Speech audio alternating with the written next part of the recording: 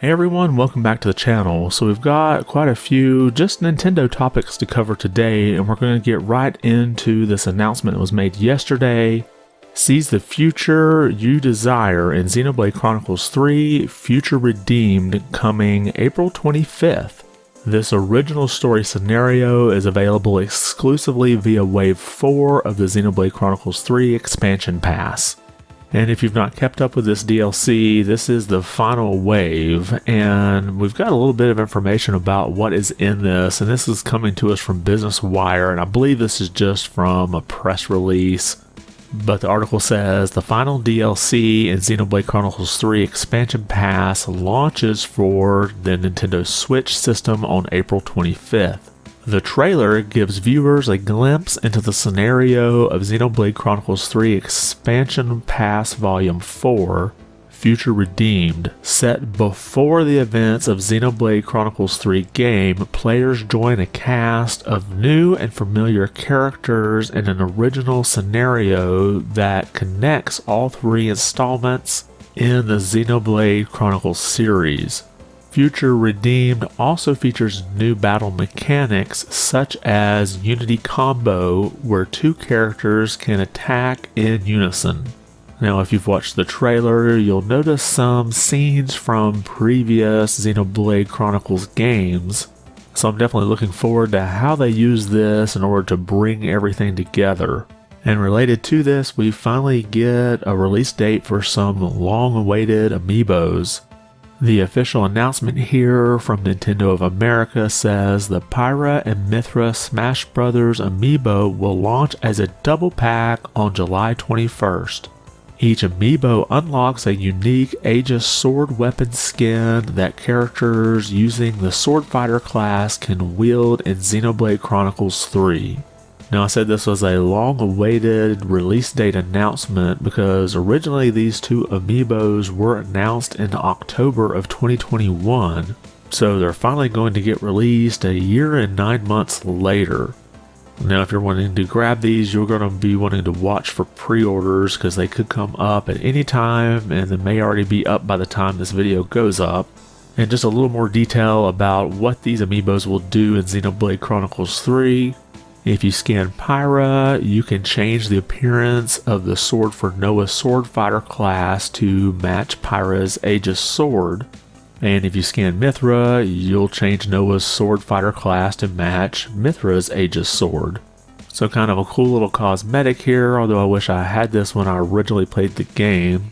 But if you thought that was the end of the Amiibos for the Xenoblade Chronicles 3 series, you would be wrong, because right after this announcement, we see this from Nintendo of America. Amiibo figures of Xenoblade Chronicles 3 protagonist Noah and Mio are also on the way. Stay tuned for more details. So if the release schedule is kind of like the last pair from Xenoblade Chronicles 2, we'll probably see these in 2025. But I hope not. Hopefully these will get released before the end of the year. But let me know what you think about all of this. I'm looking forward to playing that Wave 4 DLC, and I do need to catch up on the previous DLCs. Maybe I can get all of that done before Tears of the Kingdom comes out. And the drop of Nintendo information didn't stop there. We also got this announcement. 4 classic Sega Genesis games have just been made available for Nintendo Switch Online Plus expansion pack members.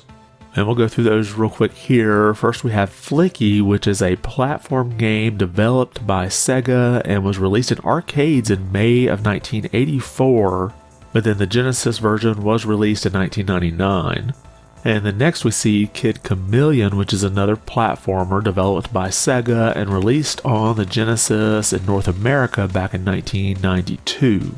And I remember seeing this game in stores mostly because the cover just sort of oozes the 90s. You've got the leather jacket, you got what looks like a skateboard, you've got the cool Terminator sunglasses, but I don't think I ever actually played it. So I'll be looking forward to finally trying this one out. And then the next game we have is Pulse Man. Now this was another platformer game developed by Game Freak, and it was released in Japan in 1994, and the North American version was released in 1995, but only via the Sega channel. However, it did get a re-release for the Wii on the Virtual Console in Japan in 2007, and then in North America and Europe in 2009. And then finally, a bit of an odd announcement, we have Street Fighter II Special Champion Edition. Now obviously if you're not familiar with Street Fighter, it's a fighting game.